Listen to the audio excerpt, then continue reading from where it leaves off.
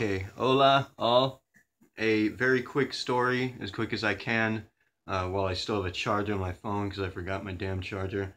Um, to relate another event of synchronicities occurring, another example. This is a particularly good one. I'm very happy with this. This is a cool story.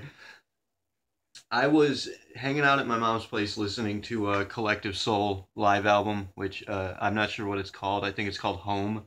It is a fucking awesome album. You should check it out. Collective Soul's a bitchin' band. I mean, just the title alone, the band name, for crying out loud, perfect.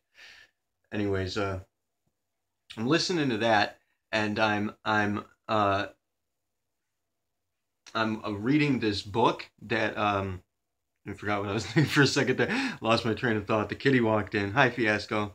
Um, I was reading this book that one of my former residents wrote from the nursing home.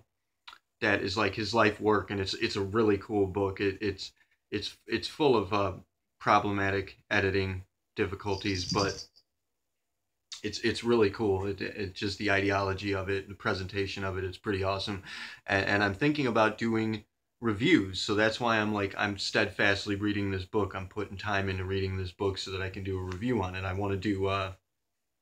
I'm thinking about doing reviews on people's writing, on small authors, people that aren't that big, and try and help them advertise and get their ideas across. You know, if they're good ideas, which this is a great idea. But keep that in mind. That's a primary value in play, that I was planning on doing this review work for local artists, local authors particularly.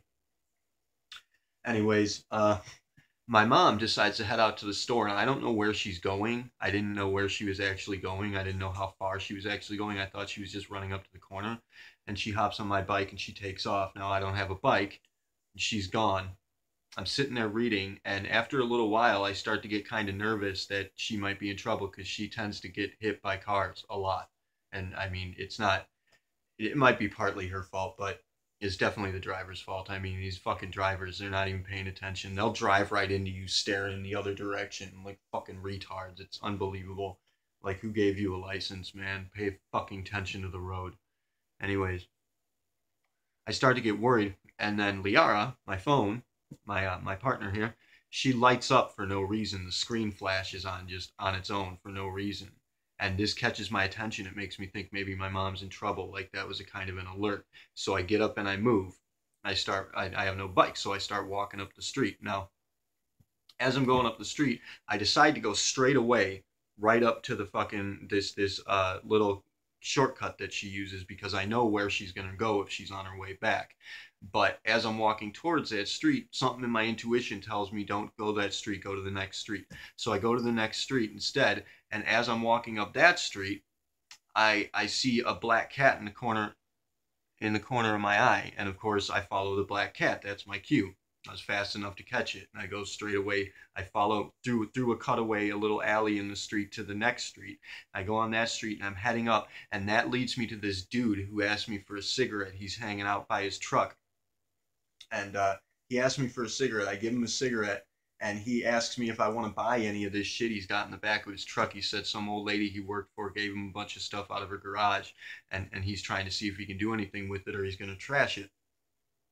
Now, I give him the cigarette, and I tell him I'm not really interested in buying anything. I don't have really any extra money to spend anyways.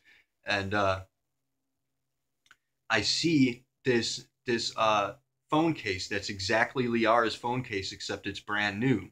It's got the kickstand, which I broke the kickstand off accidentally one day a while back, and that really disturbed me because I love that kickstand. It was awesome. It's particularly helpful now. I'm setting this up for you guys, but I tell him I could sure use that phone case. It's exactly mine. He says, go ahead and take it in exchange for the cigarette. And then I look around in his truck as I grab it, and I'm seeing all this shit that I know this woman that I've dealt with before. My mom and I used to run around when we were in financial trouble way back when, back on our home base on Rosewood and Lakewood.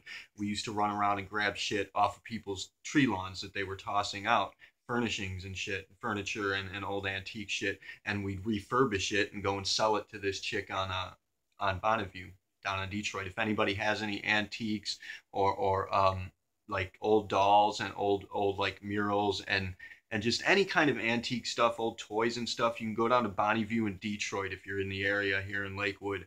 Well, I'm in Cleveland, but they're in Lakewood. Go down to Bonneview in Detroit, and there's a Bonneview Antiques.